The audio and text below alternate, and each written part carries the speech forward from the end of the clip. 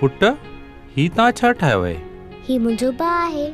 Doctor uncle हिन खे हमेशा ब्लड ॾींदा हुया। हाय भगवान हिन खे इलाज लाइ वठी वियो आहे।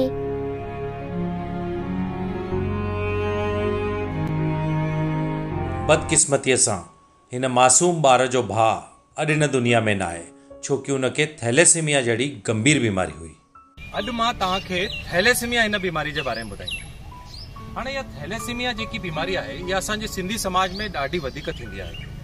ऐं हिन बीमारीअ में अगरि कंहिं ॿार खे इहा थैलेसीमिया मेजर बीमारी थींदी आहे त उहो क़रीबन 6 महीने खां पोइ ख़बर पवंदी आहे। ऐं हुन खां पोइ हुनखे ब्लड लॻणु शुरू थींदो आहे। शुरूआत में महीने में 1 भेरो ब्लड लॻंदो आहे। जीअं जीअं उमिरि वधंदी वेंदी आहे त 25 ॾींहंनि में ब्लड लॻंदो आहे, पोइ 20 ॾींहंनि में बि ब्लड लॻंदो आहे, ऐं पोइ त 15 ॾींहंनि में बि ब्लड लॻंदो आहे।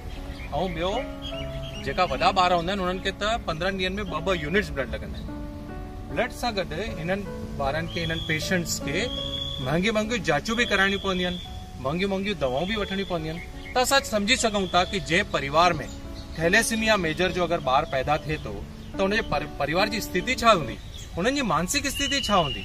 त इन करे ज़रूरी आहे कि असां इहो सुनिश्चित कयूं कि असांजे परिवार में, असांजे समाज में अहिड़ा ॿार पैदा न थियनि जंहिंखे हिन प्रकार जी तकलीफ़ थींदी रहे।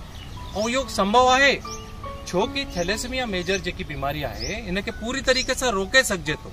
हाणे थैलेसीमिया मेजर जो ॿारु तॾहिं पैदा थींदो आहे जॾहिं हुनजे माउ पीउ खे थैलेसीमिया माइनर हुजे। हाणे थैलेसीमिया माइनर कोई बीमारी न आहे। थैलेसीमिया माइनर हिकदमि नॉर्मल माण्हू हूंदो आहे, पर हिकिड़ी ब्लड टेस्ट करण खां पोइ ख़बर पवंदो आहे कि हुनखे थैलेसीमिया माइनर आहे।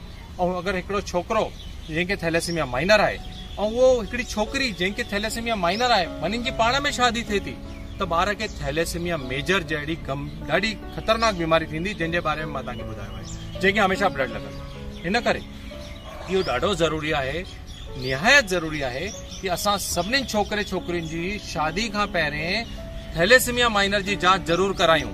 ऐं असां चवंदा आहियूं कि भाई शादी करण खां पहिरें पाण कुंडलियूं मिलायूं।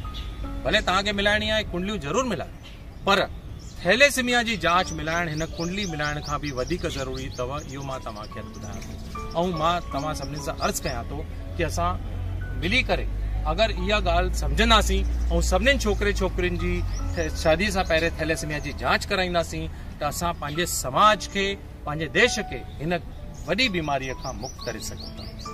महिरबानी। थैलेसीमिया या बीमारी सिंधी समाज में वधीक थींदी आहे।